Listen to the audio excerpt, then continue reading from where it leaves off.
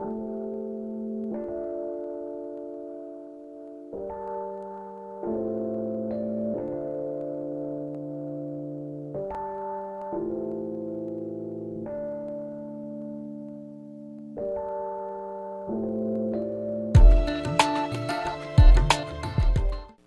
amazing morning to you. Rise and shine, up and at 'em.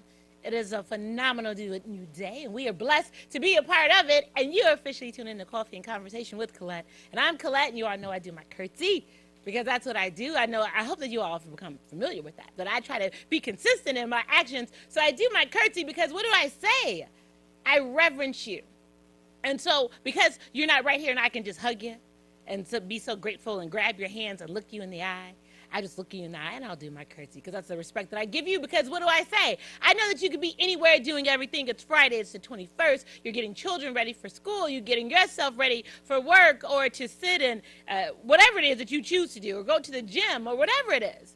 But you know that this is where you can tune in and have a conversation that matters.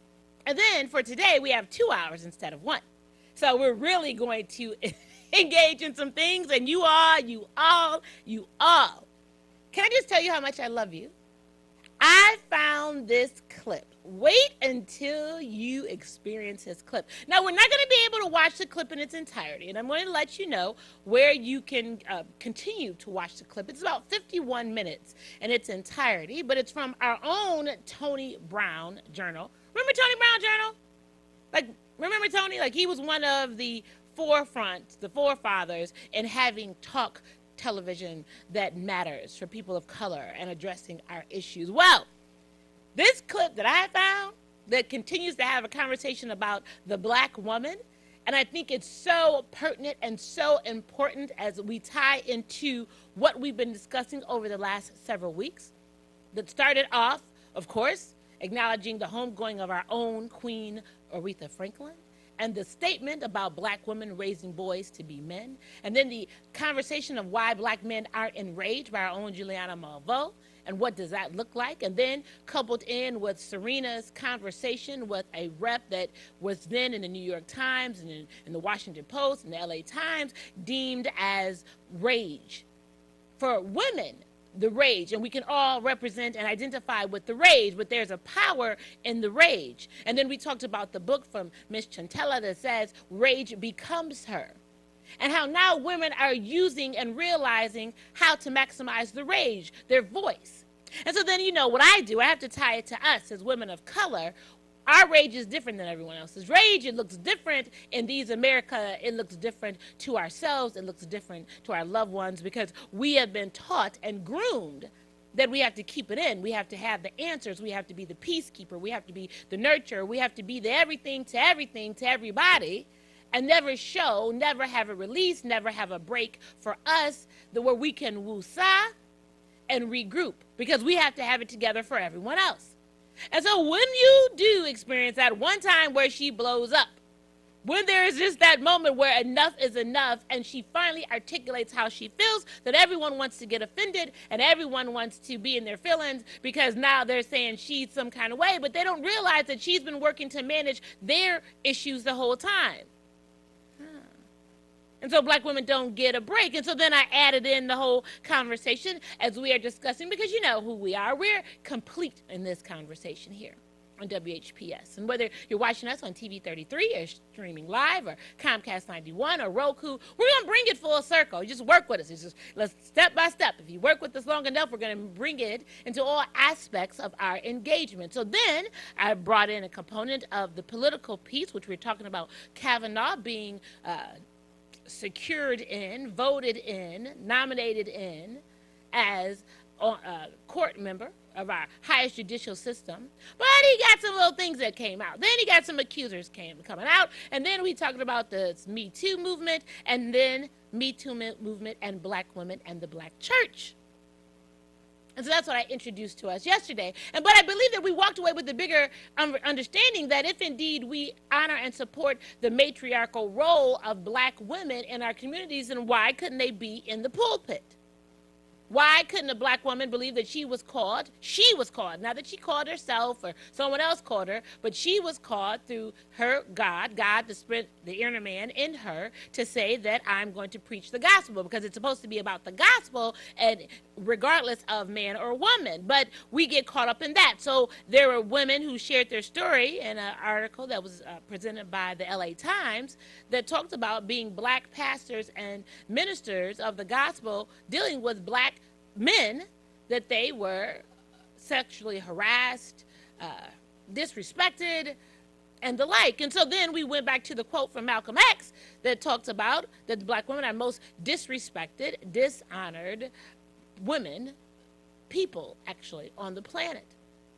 And so we asked in our conversations with Speak Rock that came in last week, well, is it real truth that black men, where are black men in any of this? That black men don't realize that who they are and how they speak into women changes things. And so we talked about the simple fact that women then, who men are is a product of their mothers, and who women are is a product of their fathers. That women become who their dads tell them they are. And so I share with you my transparencies of always wanting to fix it, always wanting to make it right, always wanting to be the best, always wanting my dad to be proud of me. And it doesn't negate the role of my mother, but it's just the role of my dad in my life, as my brother was to my mother. And I know that. It doesn't take any way, but I know my brother was and is my mother's heart, whether in this physical world as he has gone on. But that's her heart. And I get it. Not a problem. I understand that connection. But I know that if my brother had stayed growing up in a household with my mother and myself, he wouldn't be the man that he became under my dad. Because I share with you that he asked, could he move on to go live with my dad? And he was what, 10? Let's see, because I was to be 3 years, like 7. So maybe 10 or 11. And he asked to live with my dad. And so my mother selflessly said yes. I mean, I'm sure it killed her that she, her son to leave. But he asked because he wanted to live with his dad. And he was tired of kids teasing him, telling him that he didn't have a dad. Because we grew up on a block where the majority of the children were being raised by single women. Or if there was an uncle or so around, but it still wasn't the dad. You get it? And so now we're full circle, because we're back to the point of having a conversation that I believe, as I said to you yesterday, that we're better together than we are apart. And all of our humanness, we are better together if we can just put pride to the side. If we can remove things and change and create a narrative that works for us, not what they say. We do well always in regurgitating what they say when giving the statistics of the black man and the black woman and unemployment, and when aid came in and everything we had to do to get the black man out of the house. We understand all of that. But in the midst of understanding all of that, then we have to have a level of accountability for who we are to each other. And the truth is that I'm saying this, and I'm going to say it, and I know you all probably aren't going to call in and say anything to me about it on the air, but you'll say it on my phone, and that's fine as well, that everything is better with the black woman. Do you all get that? Everything is better with the black woman. The black woman will accept you in any form, shape, or fashion as long as you can honor the truth. If the truth is that you need her and that you love her and that your life is better because of her, I just believe it. I can't speak for all black women, but the black woman that I am, if you can get to those truths and that your actions will show the consistency of that truth, there is no limit. Because we were made for you. If you all keep wanting to not get that. We were made for you. So on our best day, to sow into you, to encourage you, to allow you to dream and then step in to help you make and meet those dreams and those goals and those aspirations. Because we want the best for you. We don't want to berate you. We don't want to break you. We want the best for you. And for those of us who do, if there are women who think that they can control you for money and control you, whatever, that's not you. It's the mirror that they're not dealing with themselves. because it's such an insecurity for them that they believe that if they didn't have those things, if they didn't have those trinkets to dangle, then you wouldn't be with them anyway. So it's really not you, it's them. But that's what the whole thing is. It boils down to us understanding who we are. If indeed we can be truthful about why we do what we do, then why we attract what we attract, and then the outcomes of those actions. Because a broken person and a broken person does not make a whole person. It doesn't. But a human person with brokenness based on childhood and traumas, who has a consciousness of it, who can consistently talk about it, because that's how you heal. You talk about it, and then you create actions and conversations that uplift and empower you, versus constantly being mired in what's negative, constantly being mired in what hurts you, constantly being mired in the conversations about the people that hurt you and bringing them up to try to create some point that empowers them in your life. We don't get better by that.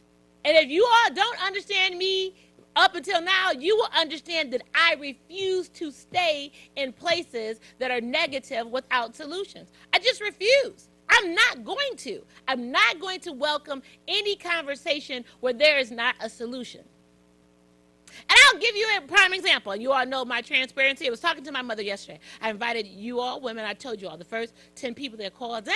I don't think anyone called. You all don't have to be my guest at the luncheon tomorrow, but I wanted you to know that if indeed you want to be my guest at the luncheon, that if you called the Dabo Sheffield Center and said Collette said to call, you were going to be my guest. They are $20 tickets, but I am absorbing that cost for the first 10 women who'd want to sit in fellowship with me at the women's luncheon at 12 noon tomorrow. I'm going to give you the number again, 313-491-0003. Again, 313-491-0003.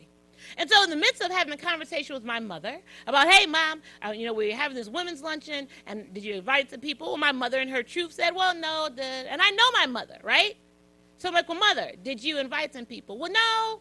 Well, so I tried to go this way, and I tried to go that way. And then she ultimately said, well, you know what? I don't like asking people to try to spend money because I don't like if they tell me no. I said, well, I'll do you one better. I'll take the money off of the table. So I'll pay for the tickets, and then you just invite them. So then I got pushed back from inviting them. Well, I just really don't want to invite them. Oh, I just don't. Oh, because then they'll say no. And oh, people are so busy. And then the money piece came back. I was like, what are you talking about? The money is off the table. Call and the same people that you talk to every day on the phone or in the neighborhood, just extend the invitation. You can't make them come. So then she just wanted to belabor that issue. And I'm like, what is the matter? Are we going to get to a solution or are we not going to get to a solution? I said, so this is what we do. Then you don't worry about anyone. You just make sure you show up. How's that? So can you just do that? So if you don't want to include anybody else in the dynamic, for whatever the reasons are, because I thought we moved the barriers out of the way, then you just make sure you come.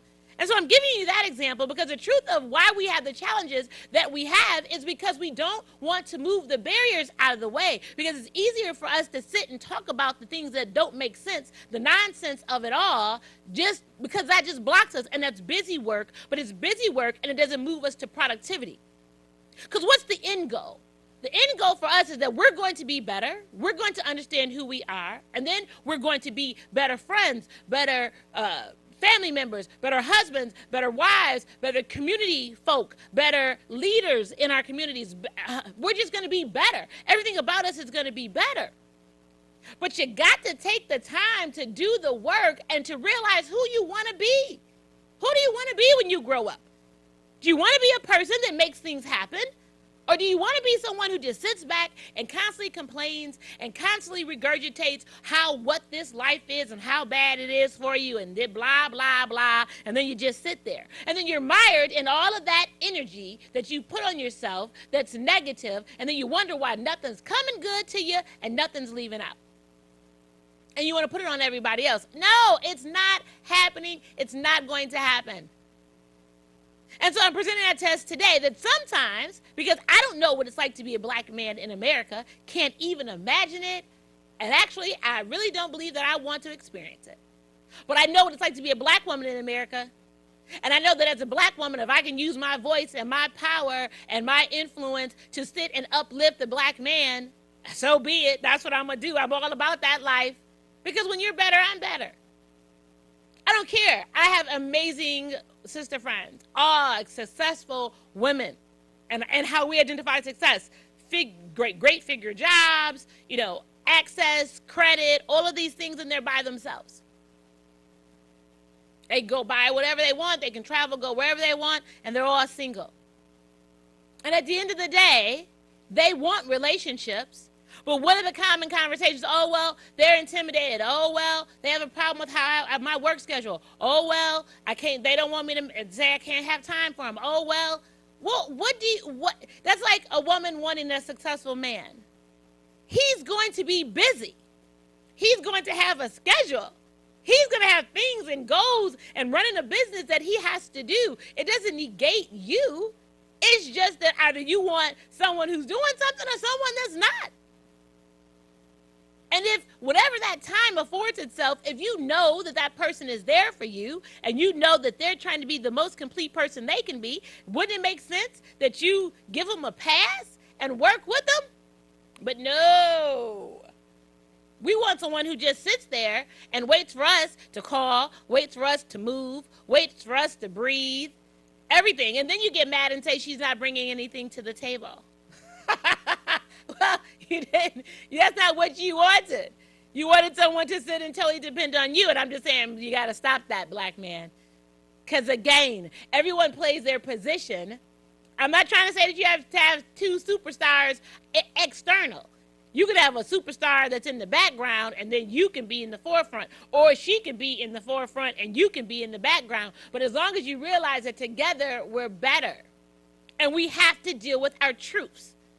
And when we deal with our truths and we honor our truths and we honor our strengths and we keep not letting this world define who we are and who we are to each other and specifically how we see each other, then that's when we make the change.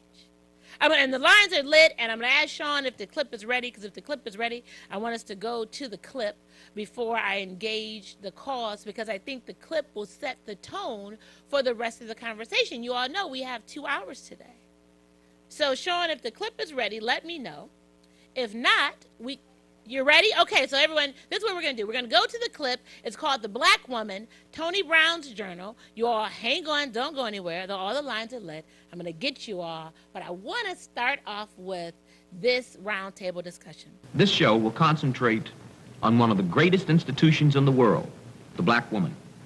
In order to get the real feelings and perspective of our sister, we went to her. A group was brought together with as many differences as likenesses, but held together by the common thread of the black experience. Another institution was added, Sister Lena Horne, who can, from first experience, speak about survival if you are born a woman and black in this society. Our woman has borne us, nurtured us, and saved our race, and in the process, she often got the worst of it. As a unique institution, the black woman remains.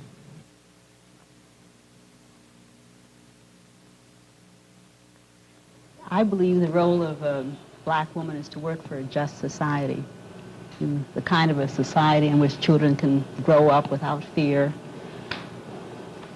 in which they can hope. Don't you think so? Really, to boil it all down, black woman is the mother of civilization. That adds it up. She is. She's actually the mother, That's it. She's the mother of the earth. She bears forth the fruit. Fertilize the soil. I agree. I agree. I think we have overlooked the fact that black women have been for the white nation. They have sucked us dry. That we have nursed the children, we have fed them, we have done everything, put all our energies, all our work into working for the white family, and now it's time for us to take all our strength, all the strength that Monahan says we have. We're supposed to be the strongest women anyway. It's time for us to take all our strength, all our milk, all of that, and put it into working for the black nation. I'd like to touch on something here. I'm glad you brought this up, and I don't know what reaction this is going to get because a lot of people jump at me when I say it. But unfortunately, all people in this country, black people and white people, are subjugated to the same system of media, are subjugated to the same systems of communication, are subjugated to the same conditioning. And that's something we definitely have to reckon with if we're going to ever get through any of this stuff. Moynihan, that's sort of the name that's associated with that word matriarchy, definitely has to be dealt with. I'd like to deal with him Right. face to face. Right, right. I think that unfortunately, a lot of us, black men and black women, believe in the myth of that matriarchy. And I think that belief engenders a lot of negative things. Number one, it says that matriarchy is inferior to patriarchy, which is a whole thing right there. You see that patriarchy is a sort of natural or divine order of things, which is not so. Two, that black men have believed and internalized the myth of white womanhood in this country and Anglo-Saxon impositions, so that they place us in relation to where white women are. There's two things a woman, I believe, being a black woman and a very proud black woman, can do for a man, make him or break him. And then you take into consideration how the black man has been berated by the white man. His woman, you know, adequately couldn't have the luxuries of another woman, born the same just like her. This man has to, you know, black men have stood by for a very, very long time and been humiliated by the, you know, the system. He can't get the job that this fella can get. And you must understand that his wife might have to go on welfare. He has to stay in the humility of that. He has to watch the plumber duck if the welfare worker come in there. You understand me? He has always been like made to feel he's below the next man. So you must, all this you must come, you know, take into consideration. You know, now black men are learning, you know, that they're part. They're beginning to feel like a man. They're getting their dignity and their pride back. So he needs a woman to keep on pushing him. Vice versa, you know. And when you say about, you know, in the system, this system has destroyed, actually, the black man. You know, because everything that we've ever done, there's no part of this country that you can say, if you touch that a black man didn't bring it in here. You know, everything that they built, they've never been able to share with it. I don't even want to hear that. You know, what society have done just took our black men and destroyed their manhood. That's what they've done. They aided and abetted.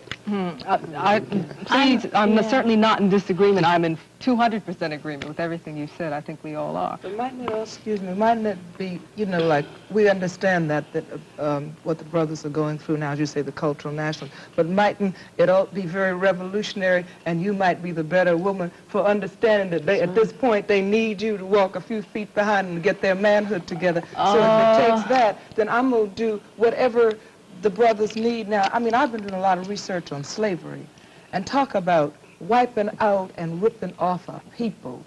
They did it to the black man. They did it. And if it takes, at this point, a cultural nationalist say, you got to walk 4 paces behind me, baby, slow. If that might be revolutionary, I'll do that. I mean, I'm going to do anything at this point that's needed. Is that revolutionary? How revolutionary is it if one half of us is in condescension and a kind of almost fear, saying, walking 10 paces behind you, saying that in order for me to, quote, regain my manhood, maybe that's I have to deny you your right peoplehood. No. Is that revolutionary? I think we I'm really have to saying explore if somebody that. really needs that, I don't. We just have to do whatever we need to do to help that these says black to me men that get you together. really believe that there has been this thing called a matriarchy that, as Moynihan I put believe it, we've been ripped off as a people. Black people have been ripped off. No, we haven't been ripped off. but you're not dealing with the internal thing No, that really... I take that back. Black people hasn't been ripped. Black people have been raped of every ounce of human things that's entitled and due another human being. Right. Do you know how we that's what really it can't is. get this together? And really, because to me, this is very alien, and we shouldn't be sitting here talking about defining something which has been defined for us. We should be about redefinition. And I don't particularly care whether I walk alongside, in back of, or in front of. That is going to have to be defined for me by my man. We know too well what our being is all about in the United States of Europe. we have to deal with that. That's why I started out by saying, are we talking about changes within existing systems? Because that's all we're talking about. We're talking about a black nation within a European nation. And if we have to deal with that, then let's redefine our own culture and stop being a subculture. Stop worrying about the man. That's deifying him. Who is the man? You know. I agree with you, except, sorry, go ahead, Amelia. No, I just wanted to mention in terms of cultural nationalism and what, you know, brothers feel. I don't know, you know, if it's all true that brothers would like you to walk 10 paces in back of them. But I do know that we do have a definite role. And until we play our definite role, they cannot play their definite role. And our roles are complementary, complete and make perfect, that which is imperfect. And that if we go about being the inspiration of the nation, and again, educating the children of the nation, and participating in the social development of the nation, that it would be no problem. And when we say we should not discuss things, we start out to discuss them. Like, why raise Moynihan if he's invalid? Don't raise him. Don't talk about him. I really believe this very strongly, that as much as we would all like to say that and struggle every day re-examining ourselves to do just that, that we are, unfortunately, very much a part of that dominant culture. It does affect us. Now, if it didn't affect us, we wouldn't be fighting crackers. And that's the truth of it. If it didn't affect us, we wouldn't get mad about what Mr. Moynihan writes. And if it didn't affect us, certain people would not react to the myth of the matriarchy in the way they do. And that's why it has to be exposed and destroyed. It's not that I really want to spend time talking about Mr. Moynihan. It's that I think that we have to get rid of the illusions, we have to get rid of the poisons, we have to get rid of the lies. And one way to do that is expose it and dissect it. Another way, if we create a new life, a new value system, and live it as an example. That's what I'm talking about. That's it. That would probably be the That's best it. way. Because then people could see it as a living thing and not as a theory. Because what we need to do is to reestablish a new value system. That's what black people need, a value and system. exactly, and how do we go about that? We go about it the way you go about daily work. First of all, you decide what you want. You establish your value system, you start to live it. And the people in your community, you start talking to your neighbors. You get yourself together first. Exactly. Then you get your community together. See, we're in agreement. Then you get your neighborhood together. We're in agreement. Right. And then you can move on out. But in the beginning, you got to make sure you got yourself together. Right. You know, you have to start right here. I think we ought to be sure we understand what she's saying. Now, this relates to what you said earlier about the black nation, right? Exactly. I'm not sure I understand what you mean by the black nation. I mean, black people's lives, being self-determining, defining yourself, naming yourself, and having political power. We're a nation already without political power and military power. We're a cultural nation without political and military power. We're a nation, you know, in captivity by another people, a people who have a different, totally different culture than we have, who cannot even relate to the things that we relate to. That is the problem. And as black women, we have to be the inspiration for the nation, for our men. We have to start out into the community educating the children, educating ourselves. Because once we educate ourselves, the children will become educated, because we are the ones that teach the children. We are the ones that decorate the homes. We are the ones that are with both female and male children. We are the ones that the children look to as the image in terms of their daily education. So it is important that we don't get our values mixed up and feel that we have to educate the world. We haven't first educated ourselves. It's still always a self thing.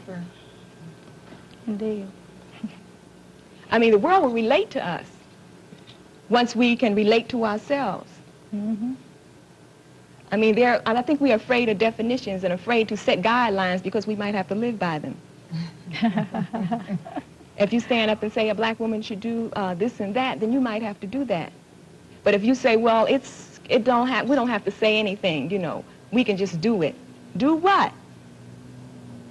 So like everybody can do their own thing.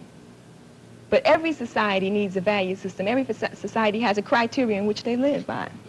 And we live need by one. everybody else's by. Exactly. Right. We should have Is that not the most amazing conversation that you've experienced? Let me give you a little bit more detail about that. It is entitled The Black Woman, and that was in 1970. There's a feature further on in the dialogue with Nikki Giovanni and Lena Horne. Let me share with you that it was inspired by the book by Chester Higgins. A special episode of Black Journal features a discussion between Joan Harris, Verda Mae Grosvenor, Martha Davis, Marianne Watson, and Alma Baraka. A separate conversation between Nikki Giovanni and Lena Horne. There was poetry by Giovanni, Sonia Sanchez, and Kali, plus performances by Roberta Flack, Loretta Abbott, and Novella Nelson.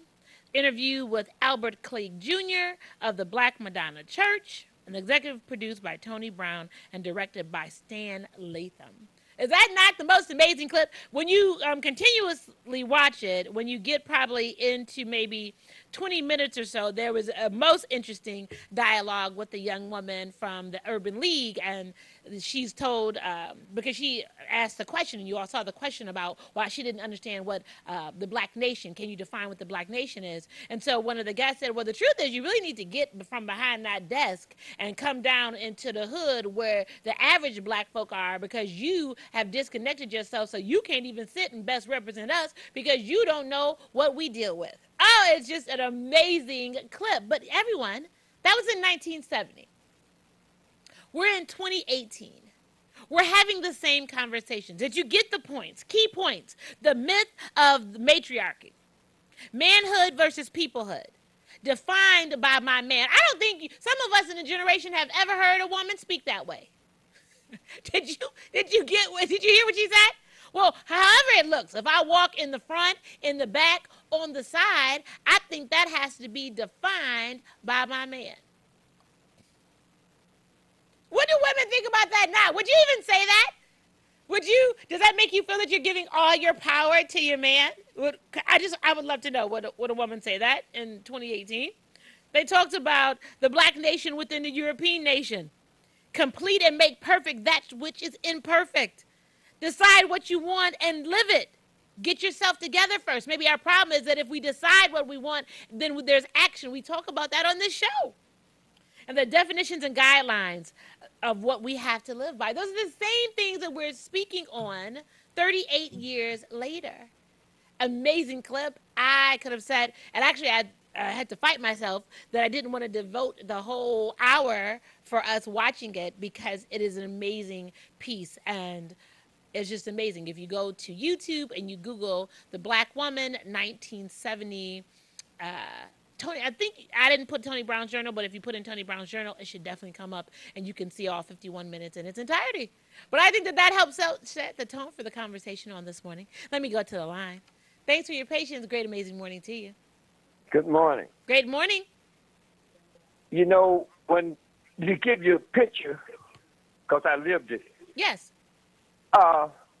In the 50s, they were moving out Harley Davis motorcycle when I was in Louisville, Kentucky. Okay. In all major cities, black people was coming from plantations. Yeah. And they was being transformed from a agrarian people to an urban people. And when we got to the cities, well, the only jobs that we could get, the woman had the job. Yes. She was a maid. Yes. She did stuff like that. The Yes. man had car washing. My daddy happened to have a hammer and a screwdriver and became a mechanic. Okay. But majority of the young men I went to school with in the late 40s and 50s, they didn't have a mama and daddy. Okay. They had one mama. So when you looked at what was going on, I went to prison. Okay. In 1959 to 60. Okay. When I was in the federal prison, we were sitting in the day room and talking about how did we get in here. Right. We looked when they was riding us on the bus, we're going through cornfields. We in the rural area. So we said, how did we get here? All these white guards over us. So we were sitting in there, and somebody say, man, you know these women putting us in there. Why did they do that? You got to have money to have women. At that time, I was trying to figure out, too. I said, that don't make sense what you're saying. I said, because what you just said, you got to have money to get a woman. So you went to the woman instead of saying, why did we have some money? So that discussion I heard those ladies talking about, those wasn't the discussion that 99% of us was talking about.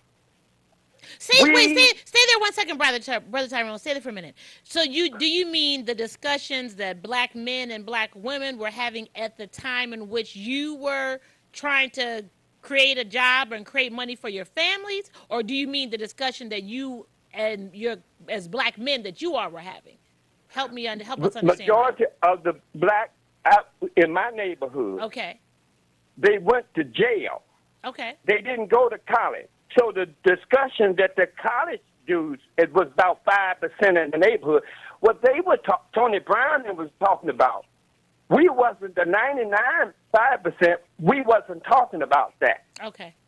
And so what I'm saying to you, there is a class difference. Yes. And King led a working class movement. Don't forget the boycott was maids and people like that that worked downtown and rode the bus. They was workers.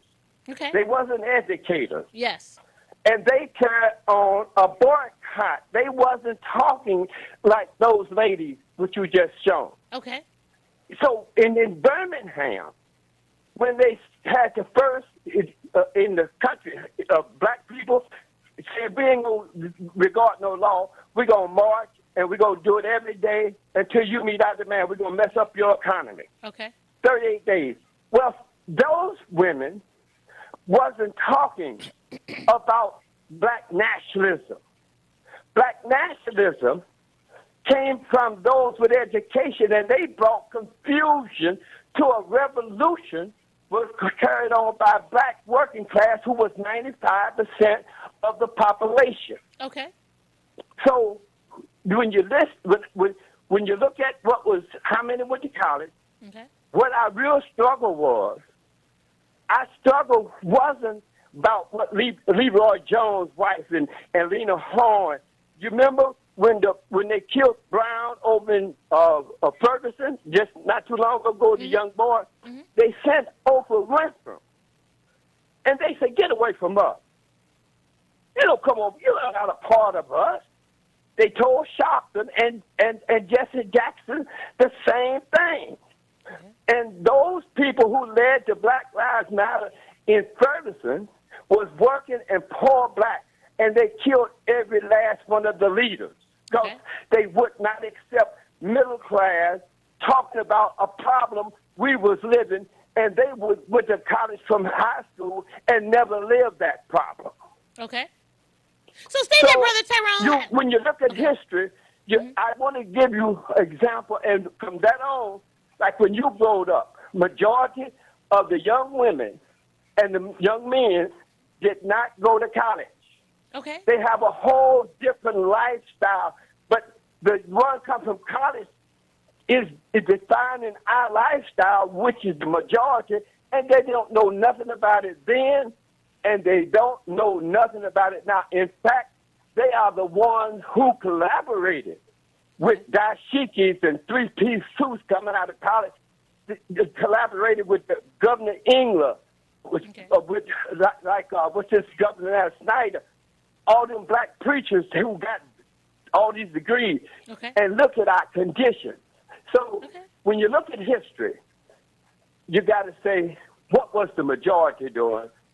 And where the college students, and where is the real revolution at? Is it with those with college education talking about man and woman? Well, the working class and poor is oppressed. The black man is oppressed, and the black woman is oppressed at the same time. Only body talking about the man ain't no good is the college people, and they are not in tune. In fact, they collaborated against us all over America. All right. Everyone, Brother Tyrone makes a really interesting argument now. I think he's opened up the gates to some different dialogues. And Brother Tyrone, thank you.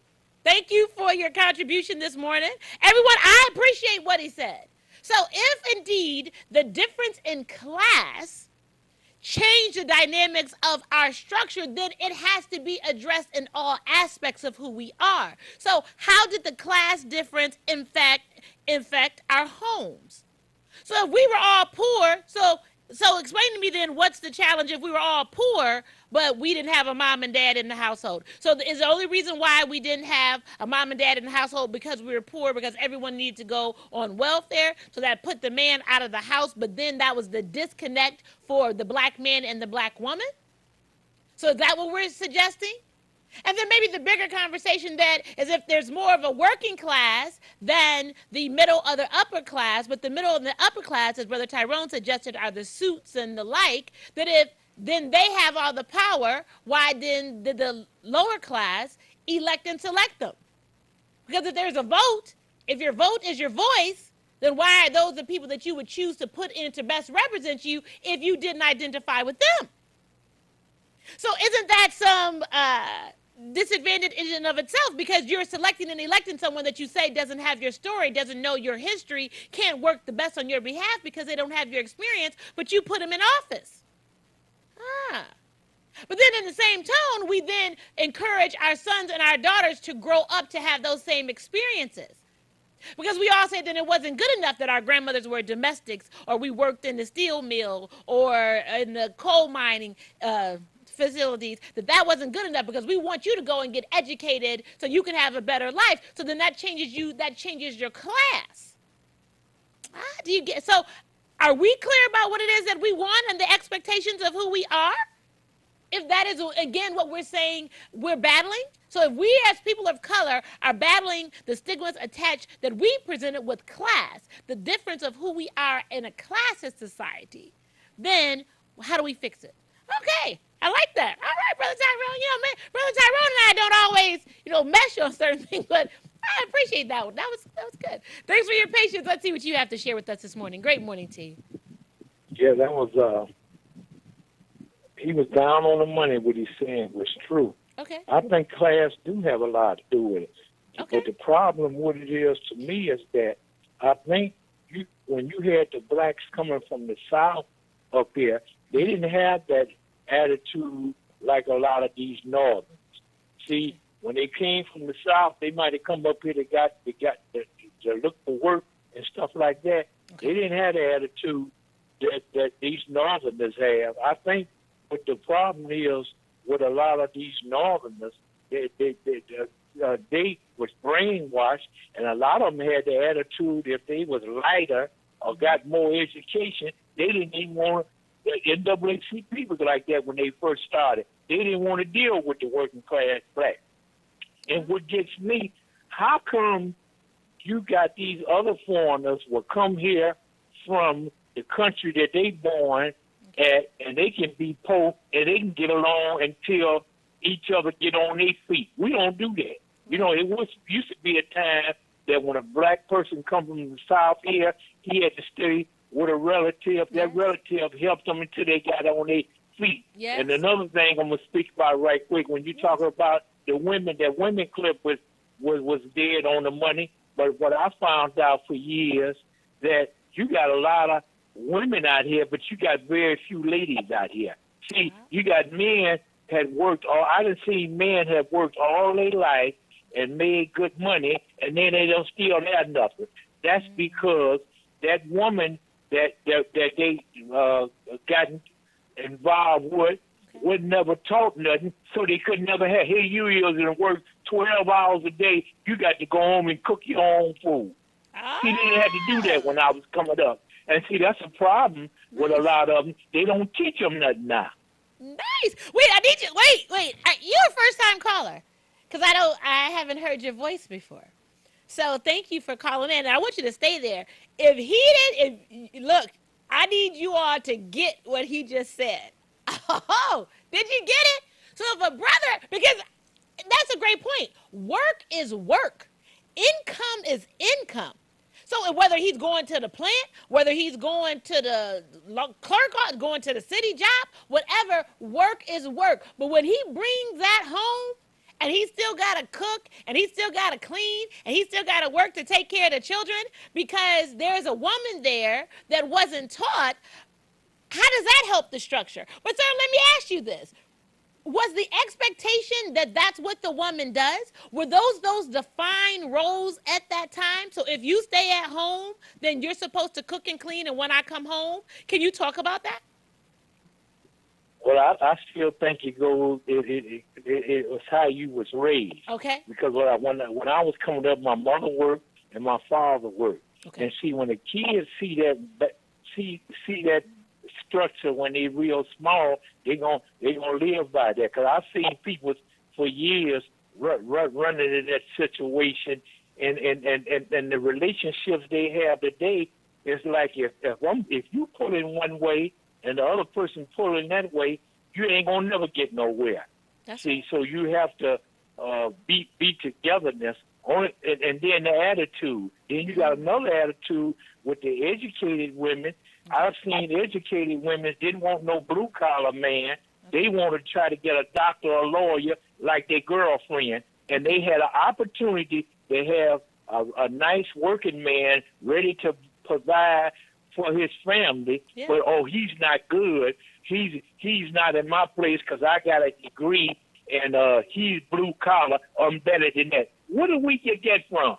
Right. If you've been poor and black all your life, now I can understand a woman don't want no man to knock her upside the head for no reason, and she trying to do something for herself. She pulling her down. She don't need nobody like that. But why is we picking and choosing and thinking that, okay, I got a master's degree, so I'm better than that Negro? Where we get that from? Nice. Absolutely.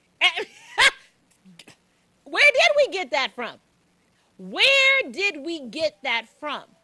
That there is a difference, right? If we are, come on, brothers, working it out this morning. So if we're all poor, if we're all black, if we're all fighting this system that wasn't designed for the betterment of us, then how then do we, within our group, decide which is better and which is not? That's a great point. Let them say this because I know the time is getting. Well, you're right. I worked a job for years while I worked at downtown. Okay. And you know how you work a job and you have your work uniform on. Right. I had a black woman would come past me every day for 20 years. I would speak to her, would not speak.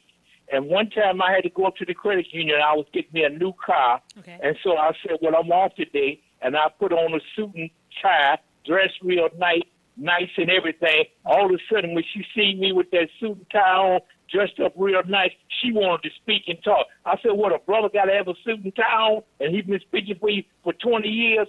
Why are we so phony? Wow. That's a great, so question, did you speak to her? Yeah, I spoke to her, but you can just, I just say, well, how can this can't be for real? Yeah. Yeah, that's a great point. So absolutely. So I think we got a couple things coming on. Now you going, brothers, y'all going somewhere this morning. So at the end of the day, absolutely. What is it about us black women that the visuals, so who created that for us? So if it's shining, it's nice, you see them shining on some wheels, you see them suited and booted, then that's what's going to draw. Like the brother made a point. Now, I'm the same man over here that I got a uniform on, but when I got a uniform on, you don't say anything to me. I'm not good enough. But when I clean up and you might think I'm someone else, the facade of what you want it to be, then you want to holler at me. That's a great point. Absolutely great point. And I need the ladies to help me out with that. And then men as well. So is that then what men now play into? So if I understand that I got to show you some stuff to get your attention, then that's why now this newer generation is all about showing. So I'm going to flash my cars. Well, the perception of if it is my car. So I'm going to flash some pictures of some cars. Doesn't have to be mine. I'm going to flash some pictures of some money. Doesn't have to be mine. I'm going to flash some pictures of maybe where I'm going or a house or a travel or what it is that I'm doing to try to get your attention for you to believe that now you can give me some time. You can give me some play. Not that I own any of that, working towards any of that. But that's what I want to show you because that's what I got to get used to get your attention. And women, are we just playing into it? Oh, you're on the mark this morning. Thank you so much for the call. This is what we're going to do. I'm up against a break, everybody. All the lines are lit. I want you to think about it. We're going to continue the conversation right when we come back. Then we're going to open it up to everything else because you all know it's Freestyle Friday. So then whatever else you want to add to the conversation, we can do that as well. So don't go anywhere. You're watching Coffee and Conversation with Collette. We'll be right back.